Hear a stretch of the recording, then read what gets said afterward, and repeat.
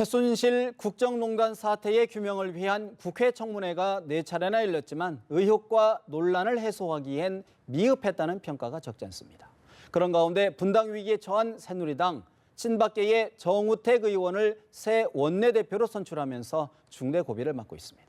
장성호 건국대 교수, 김관옥 계명대 교수 두 분 스튜디오에 모셨습니다. 어서 오십시오. 네, 안녕하세요. 말씀드린 대로 새누리당 새 원내대표로 친박 주류의 지원을 받는 정우택 의원이 비박계 사선 나경원 의원을 제치고 당선됐습니다. 친박계의 재장악이 시작되면서 분당이 초읽기에 들어갔다는 분석이 나옵니다. 정우택 당선자의 이야기 먼저 들어보십니다. 당이 분열되지 않고 화합과 혁신으로 가자는 마음이 저를 찍어줬다고 저는 개인적으로 그렇게 생각합니다. 탈당해서 나가서 신당을 차리는 것이 쉬운 일이 아니다 이렇게 생각을 합니다. 친박 실세들의 이선 후퇴를 제가 정중하게 진언을 드릴 수 있다고 생각합니다. 만약 비박 쪽에서 이런 요구를 했다면 또 다른 분란이 일어났었을 거다 이렇게 보고요. 양쪽 진영이 이제 마음을 열고 같이 갈 수 있는 그 여건을 만드는 게 지금 중요하다고 보고 있습니다. 새누리당 신임 원내대표로 선출된 정우택 의원, 탈당에 신당을 만드는 것 쉬운 일 아니다. 친박 지도부 이선 후퇴를 건의하겠다라고 첫 소감을 밝혔습니다. 장 교수님, 네. 친박계 의원, 이번 원내대표 경선 결과 어떤 의미로 평가하시는지요?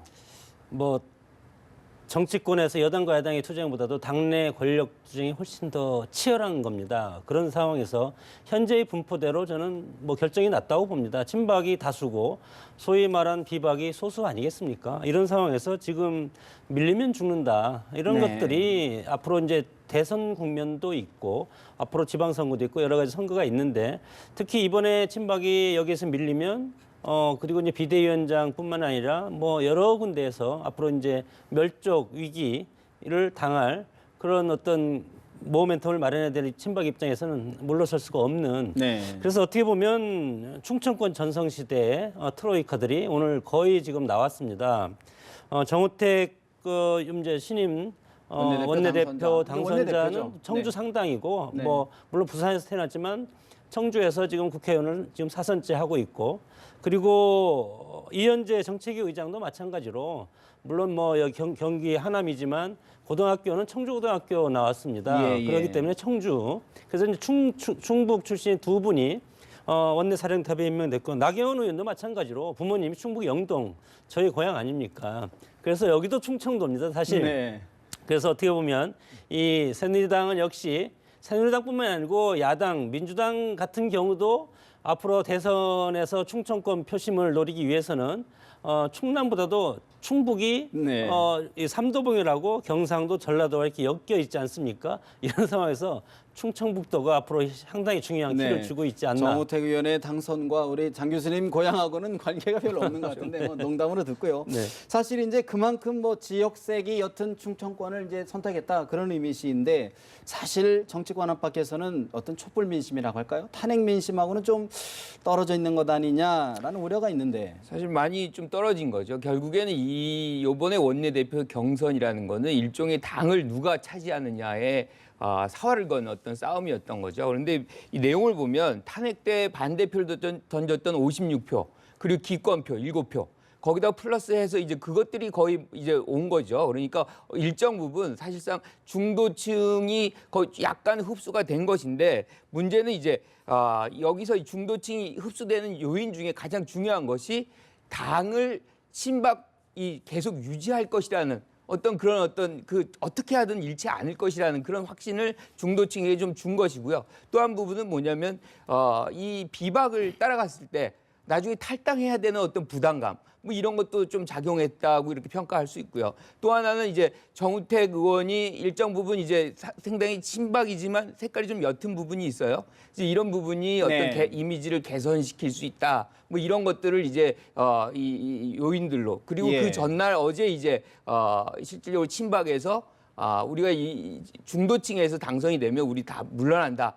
이런 것들이 중도층의 어떤 이미지를 부각시키는데 일정 부분 유효했다. 실제 친박 지도부 이제 이정현 대표를 비롯해서 최고위원들이 이제 오늘 일괄 사퇴를 하겠다. 어떤 의미가 있을까요? 어떻게 보시는지요? 그렇죠. 이 부분이 사실은 밑받침을 해주는 거고 일정 부분 역할 분담입니다. 이 친박계를 보면 상당 부분 굉장히 체계적으로 역할 분담을 해서 빠지고 면밀하게. 그렇죠. 주도 면밀하게 빠지고 나가고 들어오고 특히나 이제 지금의 상황에서 이 원내대표를 장악했기 때문에 다음 주에 있을 비대위까지도 굉장히 체계적으로 접근할 가능성이 높다라고 보는 거죠.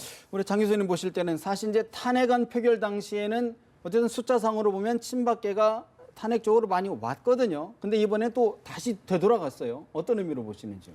그것도 또한 전략적인 선택이라고 봅니다. 대통령이 탄핵되면 대통령 입장에서 마음이 아프겠지만 새누리당 입장에서 대통령이 탄핵됐다는 것은 네. 국민들한테 상당히 큰 카타르시스를 줬고 어떤 원죄의식이 있는 세력한테 국민의 대표기관 국회에서 탄핵이라는 표심을 해서 징계를 했다는 거 아닙니까? 예, 예. 이것이 현재에서 어떻게 결정돼? 그것은 뭐 저는 뭐 다른 얘기라고 보고 이런 상황에서 새누리당 당원 최소한도 새누리당 당원들은 이거에 대해서 일정 부분 이제는 대통령의 비롯한 최순실 그분들의 국정농단 이거에 대해서 새누리당의 책임을 일정 부분 감해줄 그런 어떤 모멘텀의 기회를 마련했기 때문에 그분들이 여기 와서 투표했다는 것은 전략적인 선택이었다고 봅니다.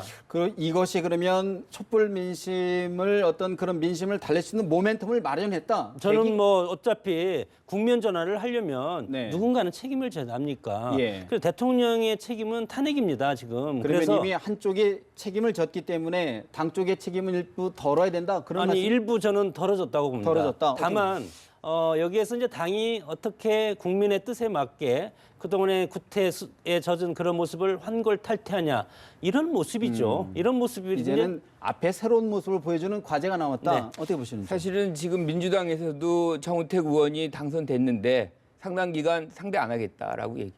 왜 이렇게 보냐면 이 현 사태의 책임은 사실상 청와대와 친박계에 있다라고 보는 거죠. 그런데 이제 오늘도 지금 이제 정우택 의원이 결국에는 메시지에서 이제 뭐 이 투표 전에 나오는 이제 이 인사말을 할 때 얘기했던 것 중에 하나가 좌파가 절대 집권을 못하게 할 것이다. 이것이 목표가 돼서는 안 되거든요. 사실은 친박이 굉장히 중요한 책임이 있고 그리고 지금 여기서 국민들에게 밝혀야 될 것은 무엇을 잘못했고 그렇게 해서 새누리당이 무엇을 개선해 나갈 것인지에 대한 것을 밝혀야 되는데 여기에서 상대당을 집권을 못하겠다는 것을 목표로 세운다는 것은 근데 지금 우리 장 교수님 말씀으로는 대통령의 탄핵으로서 일정한 책임을 좀 이제 받은 거 아니냐 이런 시각은 어떻게 보시는지요? 저는 거기에 동의하지 않습니다. 이게 이 국정이라는 것이 사실상 입법부와 행정부가 연결해서 작동을 하는 거 아닙니까? 행정부 즉 대통령이 주도를 하지만 입법부의 여당이 지원을 해주지 않으면 이게 작동이 될 수가 없습니다. 이런 부분에서 실질적인 책임이다. 어떤 친박이 그 주된 역할을 했던 것이기 때문에 여기서 어떤 책임을 지는 모습이 안 나온 것은 굉장히 아쉬운 부분입니다. 근데 이것이 이제 책임 소재를 계속 책임을 졌음에도 불구하고 또 누가 책임지라 하면 상대방이 결집합니다. 이것이 소위 말해서 이제 역풍인데 그런 것은 정치권에서는 알았으면 좋겠습니다. 사실 이제 관심은 이제 새누리당 이른바 비주류 7개 행보인데 집단 탈당이 초읽기에 들어갔다라는 분석, 또 하나는 한 지붕 두 가족 내홍이 계속될 것이라는 관측이 좀 엇갈리는 것 같은데 오늘 원내대표 경선에 나섰던 나경원 의원의 이야기 잠시 들어보십니다. 아쉽다는 말씀을 드리겠습니다. 이 당의 변화를 기대했고 그리고 우리 의원님들께서 민심에 따른 선택을 해주실 것을 기대했는데 이렇게 당의 변화의 결과를 못 만들어내서 아쉽습니다. 이 변화를 원하는 세력들과 함께 앞으로 당의 변화와 개혁을 어떻게 만들어가야 될지 같이 논의하고 고민해 보겠습니다. 탈당이나 이런 것도 좀 선택지에 있는 건가요? 일단 일단 논의해 보겠습니다. 네. 새누리당 나경원 의원 민심은 변화를 기대했는데 그런 민심을 만들어내지 못했다. 변화를 원하는 세력들과 계속 논의하겠다라는 입장을 밝혔습니다. 김 교수님, 사실 이제 과연 비주류 어떤 수적으로 좀 열세가 확인되지 않았습니까? 집단 탈당 전망 어떻게 보시는지요? 저는 뭐 열세라는 것보다 오히려 늘어났다 기본적으로. 왜냐하면 비상대책회의가 35명 정도였거든요. 지금 근데 여기서 55명이라는 건 상당 부분 이 비박계가 오히려 늘어난 숫자라고 저는 평가하고 싶은데요. 문제는 집단 탈당의 가능성이 높다라고 봅니다. 결국에는 탄핵을 찬성했느냐 반대했느냐가 그 기준이 될 수밖에 없어요. 같은 집에서 머무를 수가 굉장히 없습니다. 그리고 또 한 가지가 이미 이제 김무성 전 대표가 친박계에 대해서 구보수, 특정 인물을 보호하는 이런 세력으로 규정을 했고요. 본인들은 신보수라 그래서 전통적인 어떤 보수 가치를 지키겠다. 뭐 이렇게 얘기를 이미 한 부분이 있어요. 그래서 이런 맥락에서 같이 동거하기가 굉장히 어렵고요. 이것이 길어진다 할 때는 비박계가 그나마 탄핵의 과정에서 찾은 어떤 명분, 정치적 명분, 즉 탄핵 찬성을 함으로 해서 찾았던 어떤 확보했던 정치적 명분도 잃을 수가 있거든요. 그래서 장기간으로 유지될 수는 없고 이것이 다음 주에 있을 비대위 체제가 어떻게 되느냐에 따라서 상당 부분 동요가 이제 발생할 수밖에 없는 상황에 장 이르렀다고 교수님은 보는 어떻게 거죠. 전망하시는지요? 탈당 가능성 제로라고 봅니다. 제로다. 탈당 못할 겁니다. 왜냐하면 탈당의 명분이 사라졌습니다. 아니면 오늘 나경원, 김세현 의원이 최고위원 원내대표하고 정책위의장 선거에 나가지 말았어야 됩니다. 이미 나가서 진 세력들이 탈당을 한다? 그것은 졌기 때문에 탈당하면 그것은 뭐 정치를 하지 말아야죠. 그리고 탈당을 한다고 해도 비례대표는 탈당하면은 의원직이 자동 상실돼서 못하죠. 그리고 유승민 대표는 못할 겁니다. 대구기 때문에 못할 것이고 그러면 김무성 대표를 따르는 분이 있기는 하지만 열석이 안 되리라고 봅니다. 그러면 열석이 안 돼서 나가서 어디 가서 풍찬노숙 하겠습니까? 원내 교섭 단체도 못하는 수준이다. 구성할 수 없을 겁니다. 그런 상황에서 말은 그렇게 하지만 이제는 당을 위해 서로 이렇게 화합하는 모습, 화합이 아니고 다 뜯어 고치는 그런 작업을 같이 나서는 것이 좋고 그리고 매일 국민들 앞에 사과해야죠. 지금까지 이런 물론 대통령이라든가 최순실 이분들이 잘못한 것도 있지만 네. 새누리당은 원죄가 있지 않습니까? 대통령을 배출한 정당이기 때문에 그러면서 그거에 맞는 속지 않은 모습으로 당을 창조하기를 그러면 21일 날 지금 이제 비대위원장 선출을 위한 새누리당 전국위원회가 있는데 그 결과가 의미가 굳이 없다 이렇게 보시는 겁니까? 어떻게 보시는지요? 어떤 새로운 분수령이 될 가능성 없습니까? 다시 한번 친박계와 비박계가 붙을 가능성이 높아 보입니다. 전국위원회 구성은 친박이 우세죠. 80% 이상입니다. 그렇기 때문에 비박계가 추천하지도 않을 뿐더러 추천해도 되지도 않을 겁니다. 그런 상황에서 지금 로드맵에 따라서 저는 그래도 객관적인 모습을 띠는 분을 비대위원장으로 저는 모셔와야 된다고 봅니다. 이래서 가진 자가 포용을 하는 모습을 보여야죠. 친박이 다수 아닙니까? 오늘 네. 표심을 보더라도 다수가 어떤 식으로 비박계를 포용을 한다고 보십니까? 비박계 인사를 좀 추천한다든가. 앞으로 비대위원회 비박계 대폭 집어넣고 예. 그리고 나중에 당직도 비박계 대폭 채워넣고 네. 그런 식으로 해서 인사탕평을 화합 인사를 해야 된다. 화합을 해서 그리고 비박의 의견을 대폭적으로 또 수용도 하고 그런 모습이 가능할까요? 그렇다면은 네. 이 상황에서 비박계들이 뭐 상당한 그 인사들이 본인 스스로가 사임을 했지 않습니까? 네네. 사임을 하지 않았어야죠.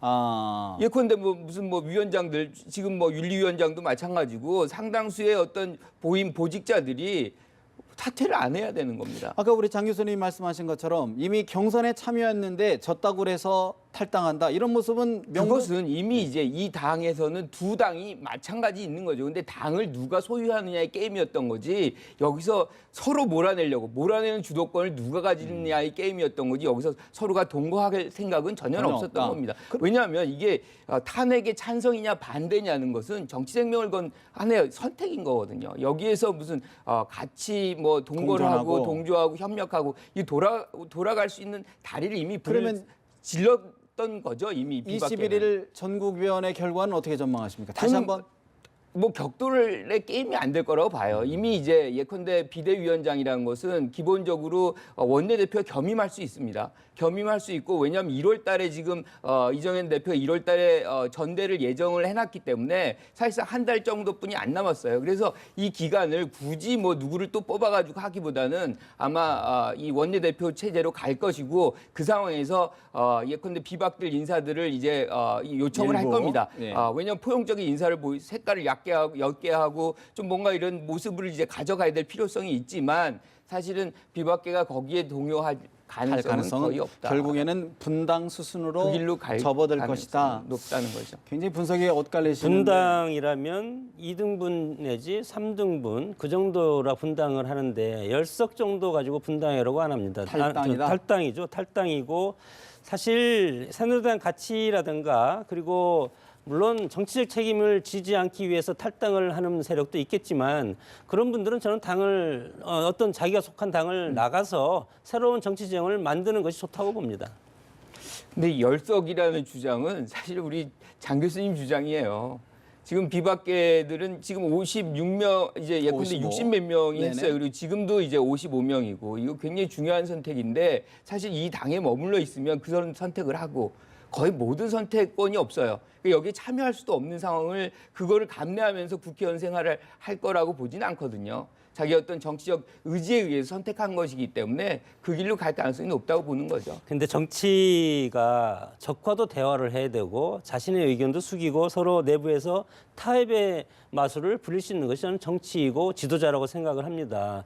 어떤 측면에서 뜻이 안 맞다고 해서 본질적으로 바탕은 같지 않습니까? 알겠습니다. 이런 사람들이 그냥 몇 가지 상황이 다른다고 해서 이것을 그냥 뛰쳐나가면 정치를 하지 말아야 된다고 알겠습니다. 봅니다. 정치 타협의 예술이다라고는 말이 있는데 좀 지켜봐야 될 것 같고 장 교수님께 하나만 더 네. 여쭤볼게요. 지금 여당 내 상황은 그런데 지금 당장 야권에서는 친박 지도부가 들었으면 대화 않겠다. 대화 파트너로 인정하지 않겠다. 이런 입장이 아니습니까? 그러면 전국 상황 굉장히 혼란스러워지고 냉각이 될 것 같은데 어떻게 보시는지요?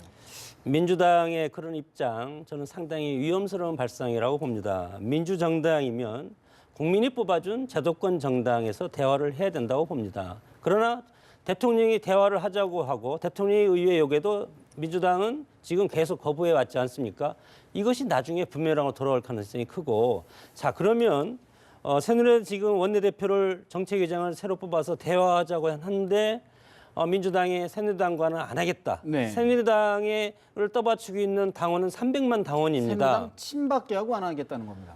친박계지만 투표를 통해서 네. 친박계가 당선이 되면 새누리당 당원이 다 지지해서 한 거 아닙니까? 그러면 100% 대통령이 있습니까? 51% 대통령 아닙니까 우리가? 그런 상황에서 민주당이 계속 그런 제도권 정치를 부정을 하면 결국은 국민들, 당원들끼리 격돌할 가능성이 있고 부메랑이 될 새누리당의 300만 당원이 민주당으로 달려갈 가능성도 있습니다. 대화를 해야 된다고 봅니다. 사실 민주당이 이렇게 나오는 데는 아까 얘기했던 것처럼 책임에 대한 문제예요. 그 책임을 져야 되는 세력이 책임을 지지 않고 다시 당권을 잡은 것에 대한 불만의 표시입니다. 그러니까 이런 책임지지 않는 세력과 어떻게 상대하느냐 이런 부분인데 지금 사실 뭐 이렇다 그래서 이게 장기화될 수는 없어요.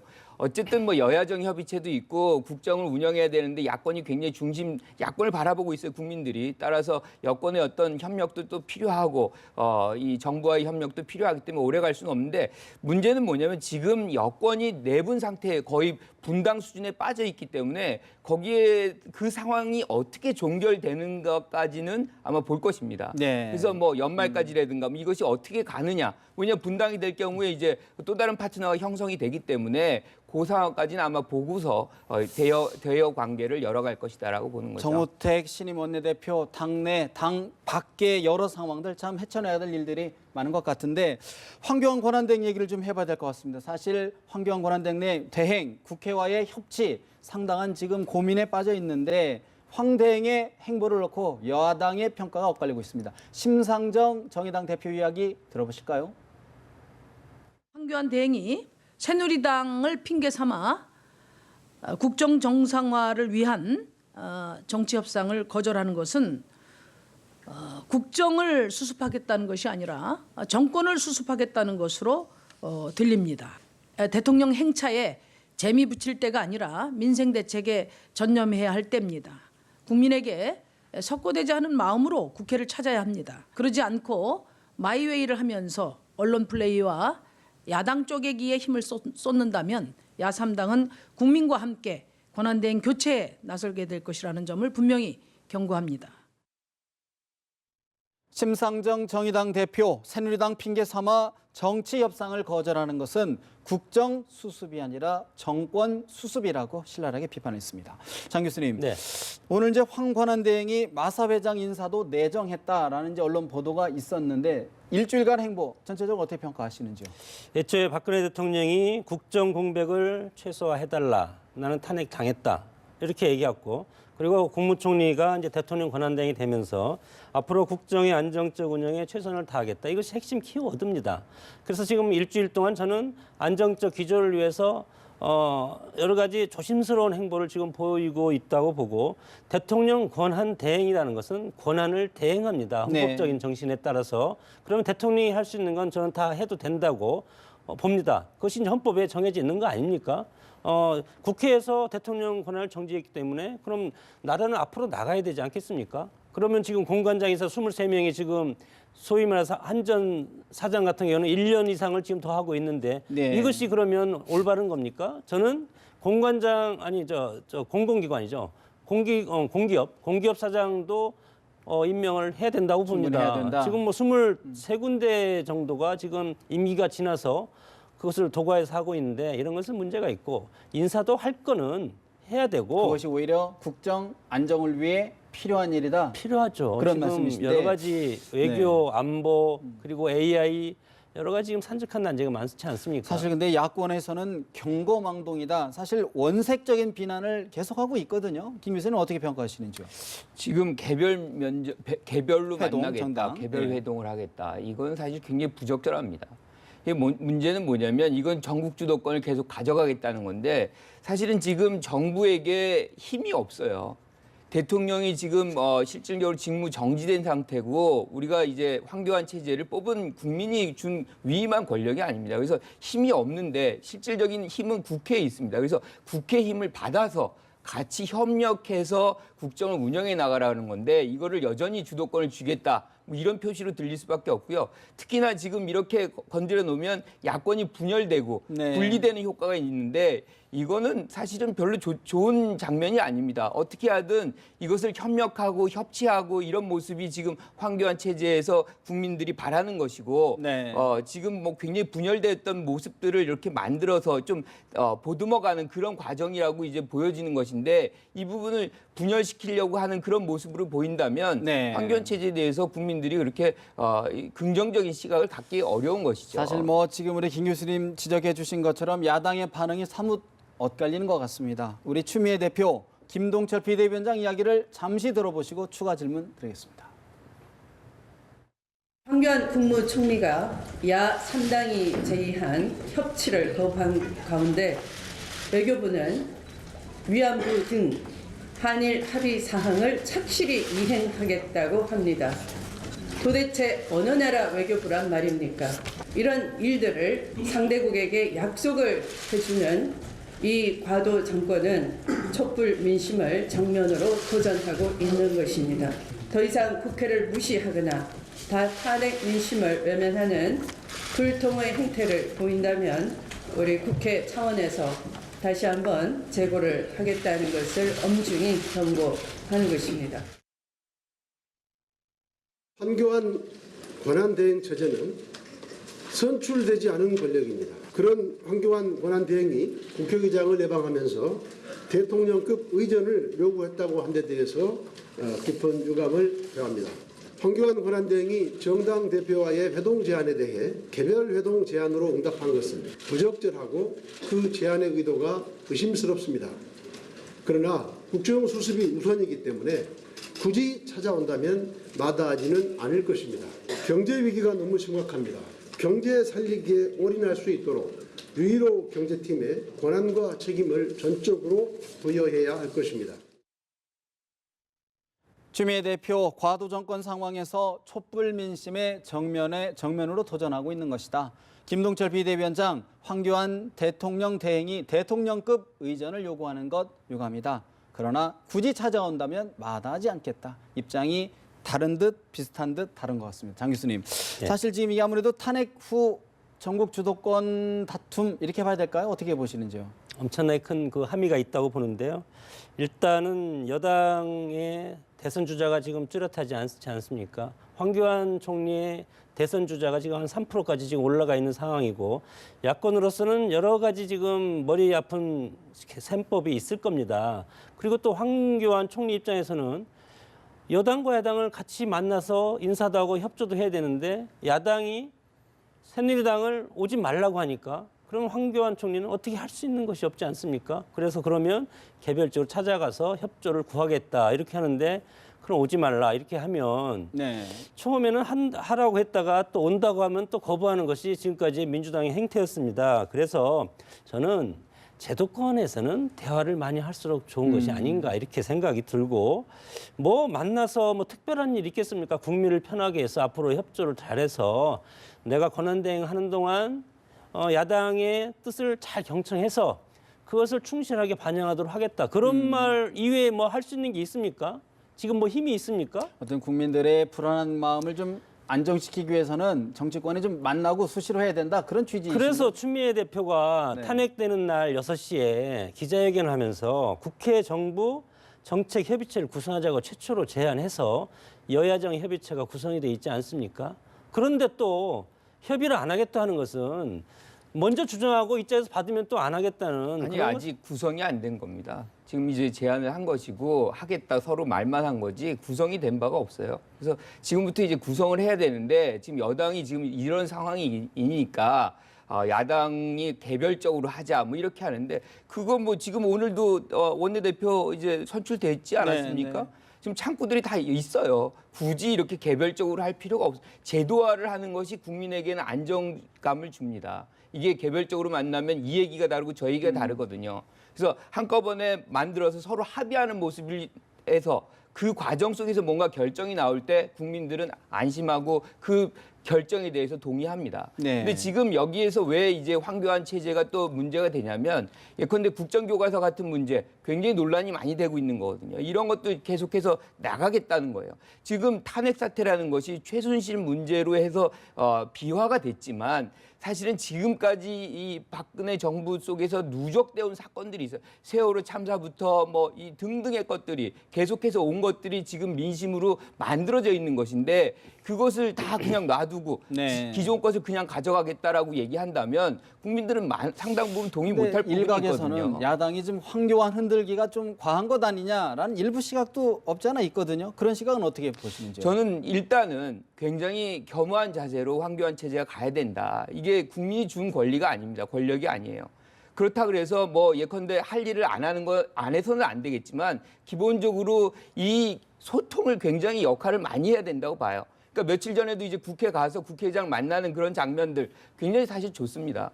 그렇게 해서 여야를 막론하고 오히려 더 많이 다니고 소통할 때 국민들이 더 많이 황교안 체제에 믿음도 가고 지지도 하고 뭐 그럴 가능성이 높은 것이지, 기존에 했던 것들을 그대로 간다. 그러면 여태 문제점들이 아무것도 없었다는 얘기를 반증하는 것인데, 얼마나 많은 국민들이 거기에 동의할지는 그건 회의적입니다. 다음 주 20일 국회의 대정부 질의 황교안 권한대행이 참석할지 여부도 사실은 또 한번 논란이 될 것 같은데, 한번 칩치의 가늠자가 될 것 같습니다. 어제 국회 3차 청문회 이야기를 좀 해볼까요? 어제 조한규 전 세계일보 사장의 폭로가 파문을 낳고 있는데, 청와대가 양승태 대법원장을 사찰했다는 내용이었습니다. 박지원 원내대표 이야기 들어봅니다.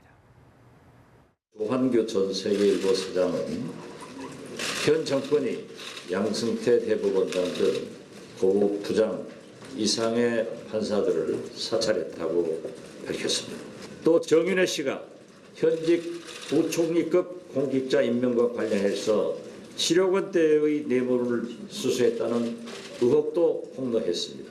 유신장 학생 김기춘이 왜 청와대 비서실장으로 있어야 하고, 수많은 의혹에도 왜 권력 금수저 우영우가 보호받아왔는지 이제야 알 것 같습니다. 헌재와 특검이 이러한 내용을 철저히 참조해서 인용하고 수사해 줄 것을 바라마지 않습니다. 국민의당 박지원 원내대표의 이야기 들어봤는데요. 청와대는 사실무근이다. 그럴 이유도 없고 그래서도 안 된다. 하지만 특검팀에서는 조사 검토하겠다라는 입장을 좀 내비쳤거든요. 장 교수님, 이번 일 좀 어떻게 좀 보고 계시는지요? 뭐 철저히 조사를 해야죠. 의혹이 제기됐으면 그것을 밝히는 것이 국가기구의 어떻게 보면 임무 아니겠습니까? 이것이 사실이면 밝히고 사실이 아니면 또 그걸 처벌하면 되지 않겠습니까? 그런 상황에서 이걸 하는 것이 이것을 정치적으로 해서 청와대 입장에서는 이게 아니라고 발표하면 아닌 겁니다. 그러면 나중에 이것이 사실이라면 그거에 대한 응분의 책임을 처벌을 지고. 그것은 사법적인 처벌을 해야 되겠죠.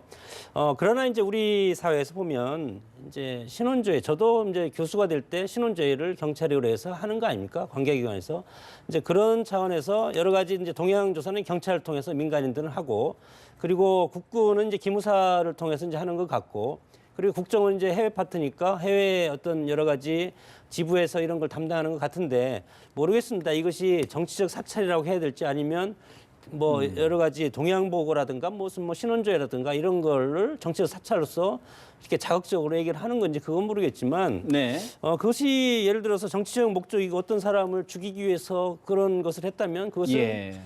정말 뭐 지금 민주화 시대에는 어울리지 않는 것이죠. 사실 이제 삼권 분립 위배, 지금 우리 헌법이 지금 농단되는 상황을 지금 보면서 국민들 찹찹한데 김 교수는 어떻게 보십니까? 이번 사안. 지금 어제 조한규 전 세계일보 사장이 이제 폭로한 문건 내용 중에 가장 중요한 거는 대법원장 등 사법부 인물들을 이제 동향을 보고하고 사찰했다는 네. 거. 그리고 또 하나가 정윤회 씨가 부총리급 부총리급. 임명하는데 7억 원을 수수했다. 뭐 이런 내용이에요. 이거 사실 이게 사실이라면 사실은 뭐 이 후진국에서도 이런 일은 별로 없어요. 이거는 진짜로 명명백백하게 어떤 형태로든 가부간의 진위를 이거를 밝혀야 되는 그런 부분입니다.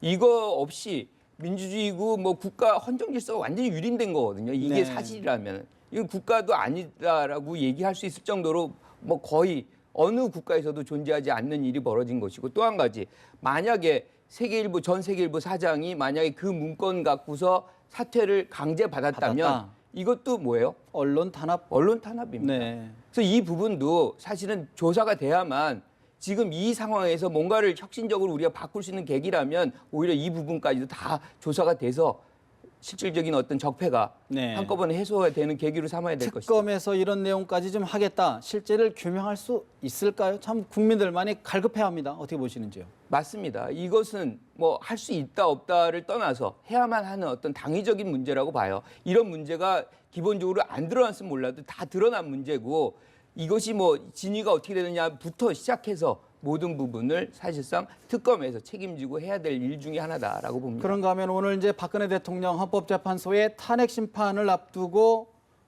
답변서를 제출했습니다. 좀 전에 이중환 변호사의 여러 이제 의견이 있었죠. 사실관계, 법률관계가 모두 잘못됐다. 탄핵의 이유가 없다. 기각해야 된다. 법률 위반 증거가 없다. 여러 이야기를 했는데 장 교수님 네.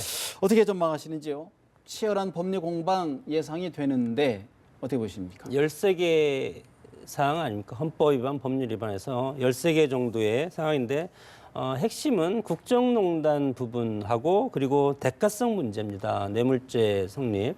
근데 뇌물죄는 지난번 대기업 총수들이 다 뇌물죄에 대해서 거부를 부정하지 않았습니까? 그래서 뇌물죄는 상당히 물론 심리는 하겠지만 상당히 어려울 것 같고, 그러면 이제 국정농단 부분에 있어서 대통령이 정말로 실질적으로 지시를 했고 같이 공모를 했냐? 네. 이것에 대해서 대통령은 오늘 이제 24페이지에 그 답변서와 이의 신청서를 제출을 했는데 탄핵은 기각돼야 된다는 거 아니겠습니까? 그러면 국회에서 소추할 때는 13가지의 어떤 사안으로 소출했는데 13가지가 하나도 다 맞지 않는다. 대통령 입장에서는 이것을 인정할 수 없다고 한 거기 때문에 네. 그러면 이거에 대한 사실관계부터 형사재판보다 훨씬 더 복잡하고 치열하게 전개될 가능성이 있고, 그리고 변호사만도 한 30명씩 양쪽에서 할 겁니다. 현재는 뭐 4명만 구성이 됐죠. 추가적으로 계속 이제 앞으로 하겠다. 하겠다고 하는 거니까 뭐 종합적으로 하면 20명 정도 되지 결국에는 않겠습니까? 장 교수님 보시기에는 헌재 심판이 상당히 치열하고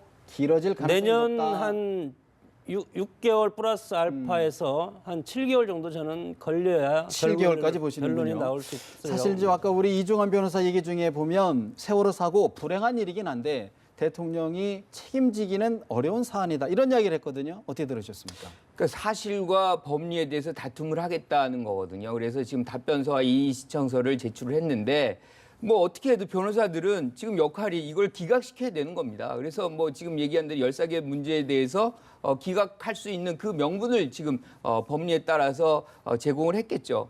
하지만 이 부분은 지금 그래서 헌재 같은 경우도 지금 특검에다가 자료 요청서를 제출을 했어요. 네네. 해달라고.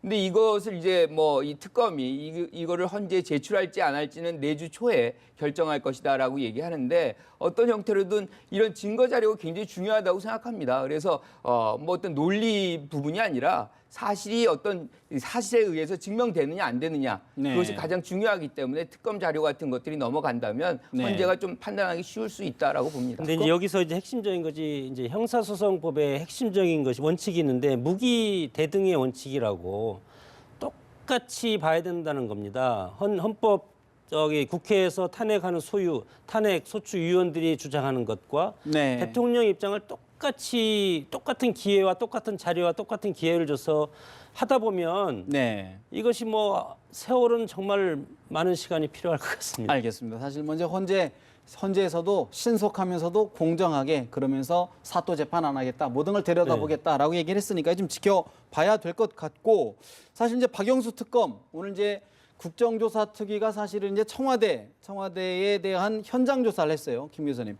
근데 사실 이제 청와대에서는 들어갈 수 없다. 이건 군사 보호 시설이다라고 이제 방어막을 치고 있는데 핵심이 열리지 않다 보니까 좀 의혹이 커지는 것 아니냐는 시각이 있어요. 어떻게 지금 보십니까? 청와대에 간 사람들은 특검이 아니고요. 국정조사. 국정조사 특위에서 간 거죠. 뭐 네. 우리가 어느 정도 충돌은 예상했던 거 아닙니까? 뭐 그런데 중요한 거는 청와대가 이 부분에서 사실을 규명하는데 협력할 의지가 있는 건지 없는 건지에 대한 것이 상당히 지금 불분명해요. 왜냐하면 사실 청와대 현장 조사를 안 하게 하려면 네. 기본적으로 청문회 때 상당수의 이 청문회의 관련자들, 증인들을 내보내게 해야 되거든요. 어제도 그렇고 그제도 그렇고 계속해서 나오지 않습니다. 그러니까 예컨대 뭐 이영선 비서관, 행정관이라든가, 전 행정관, 뭐 등등의 사람들, 그리고 뭐 이 경비를 담당하는 그분들도 마찬가지고요. 그러다 보니까 국민의 의혹을 풀어줘야 되는 국정조사위원회는 어떻게 해도 뭐 방법이 없는 거죠. 그러니까 이제 현장 조사를 강행하는 부분인데 그래서 충돌이 발생할 수밖에 없는 것이고 오늘도 이제 특검 같은 경우도 내용을 보고서 점차적으로 강도를 높여서 강제 수사까지도 할 수 있다라고 얘기를 해요. 그러니까 그만큼 이 청와대의 어떤 이 현장을 파악해야 될 필요성이 분명히 있다는 것이거든요. 그래서 사실은 청와대가 한광욱 실장도 마찬가지고 이 부분에 대해서 뭔가 국민들의 의혹을 풀어줄 만큼의 어떤 진정성이 있다면 열어줄 부분은 열어주는 것이 국민에 대한 도리다라고 생각을 합니다. 어떻게 보시는지요? 국가 보안 시설이다라고 하면서 일단은 공개를 거부하고 있지 않습니까? 어떻게 보시는지요?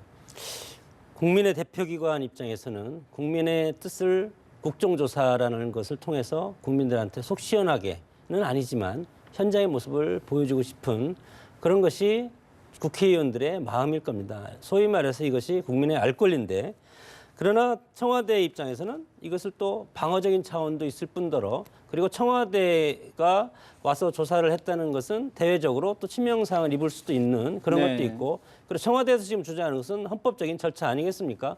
헌법적인 절차에 따라서 우리는 공개할 수가 없는 그런 것이 법으로 정해져 있기 때문에 그 절차를 주장하는 것이고 이것이 보면은 어떻게 보면은 마주오는 두 열차가 지금 부딪히는 형국인데 서로 부딪혀서 되겠습니까? 서로 대화하고 합의하고 그리고 서로 설득하고 안 되면 뭐 들어갈 수는 없는 거라고 봅니다.